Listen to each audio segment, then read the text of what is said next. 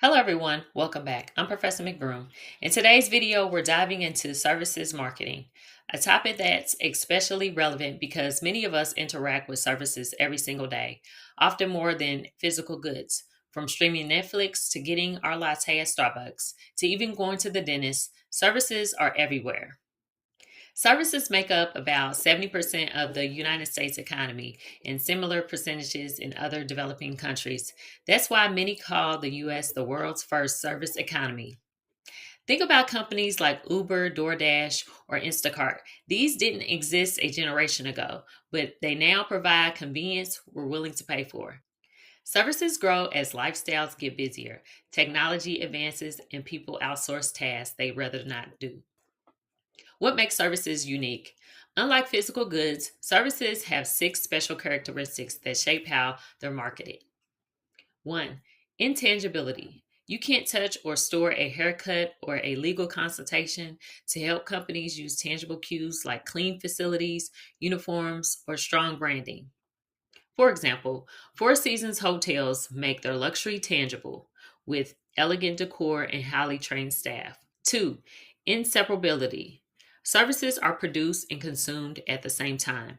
For example, a yoga class or haircut only happens when the customer is present. Three, perishability. Services can't be stored for later. An example of this is an empty airplane seat today can't be sold tomorrow. Airlines often use off peak pricing to manage this.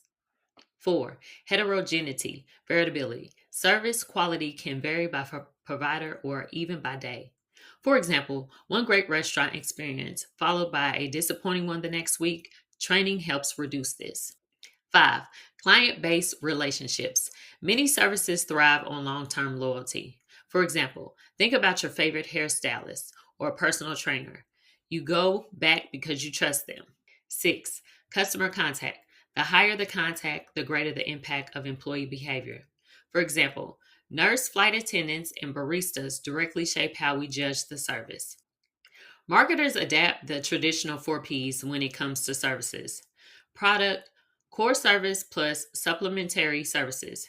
For example, Starbucks sells coffee, which is the core, but adds Wi Fi, mobile ordering, and a cozy environment, which is supplementary. Place, distribution. Services can be face to face, at home, or online. An example of this is telehealth, which exploded post COVID. Promotions focuses on making the intangible visible through visuals, testimonials, and guarantees. Price, demand based pricing is common. An example of this is Uber surge pricing during peak hours. Services are judged mainly on experiences, what happens while you're consuming it, and credence qualities, things hard to judge even after, like legal or medical advice. Researchers identify five key dimensions of service quality.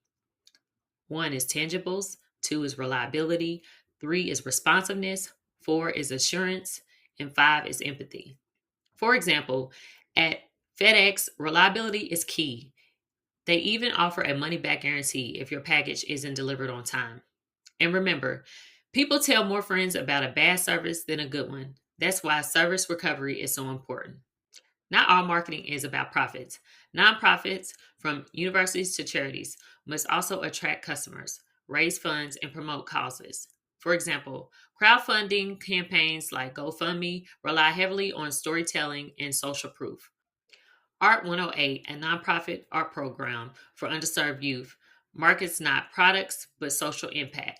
So, to wrap it up, services dominate modern economics, and because they're intangible, inseparable, perishable, and veritable, marketers must get creative to build trust, maintain quality, and deliver value. As you think about your own career path, remember this: even if you're not in a service industry, chances are you'll be providing a service experience to someone, your boss, your clients, or your community. Thanks for tuning in. Don't forget to like, subscribe, and drop a comment about the best or worst service experience you've ever had. See you in the next one.